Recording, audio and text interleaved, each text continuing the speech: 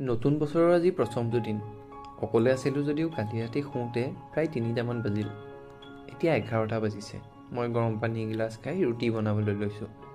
এইটো হৈছে মোৰ দৰে আটা মঠিব নজনা কিন্তু ৰুটি খাই ভাল পোৱাসকলৰ বাবে একমাত্ৰ চলিউশ্যন, ইনষ্টেণ্ট ৰুটি। গৰম তেলত দিয়ক আৰু আপোনাৰ ৰুটি ৰেডি। লগতে বনাইছোঁ সৰু আলুগুটিৰ সৈতে এখন মিক্স ভাজি। আৰু ইফালে মাংস বনোৱাৰ কাৰণে লাগতিয়াল বস্তুখিনি ৰেডি কৰি লৈছোঁ। তেনেকুৱাতে ভাড়াঘৰৰ মালিকনীয়ে আহি দিলেহি পনীৰৰ চব্জি আৰু মন্দিৰৰ প্ৰসাদ।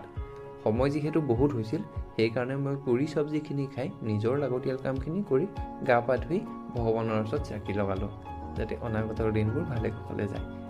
তাৰপিছত মন্দিৰৰ প্ৰসাদ খাই মই মাংস বনোৱাত লাগিলোঁ।